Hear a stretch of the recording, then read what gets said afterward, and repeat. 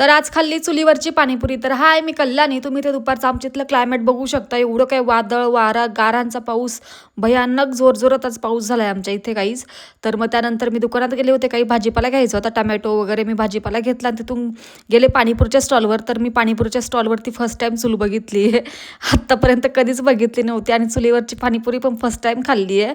तर मस्तपैकी पाणीपुरी खाल्ली आणि तिथून घरी आले आणि इथे नवरबा तुम्ही बघू शकता कसल्यापैकी. आता तुम्ही नवरबाची रिॲक्शन बघा बरं का. मी तर बघून एवढी काय हसली आहे ना, तर मला खूपच जास्त हसायला होतं. ते तिथून घरात आल्यानंतर जे काही मी भाजीपाला आणला होता तोच सगळं साफसफाई वगैरे करून घेतली भाजीपालाची आणि लगेचच आणलेलं तेल पण बॉटलमध्ये ओतून दिलं आणि कोथिंबीर पण साफ करायला घेतली. कारण कसं कोथिंबीर वगैरे साफ करून ठेवलं ना की नंतर जास्त टेन्शन पण राहत नाही आणि कोथिंबीर आपण ज्या पालेभाज्या आणतो त्या जर साफ नाही करून ठेवल्या तर त्या अजून सडतात आणि खराब पण होऊन जातात लवकरच.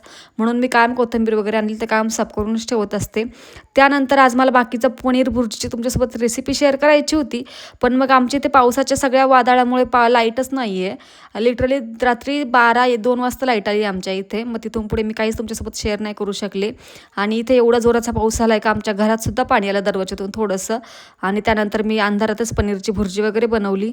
आणि असा होता व्हिडिओ. आवडत तर नक्की लाईक करा आणि चॅनलला सबस्क्राईब करा. चलो बाय.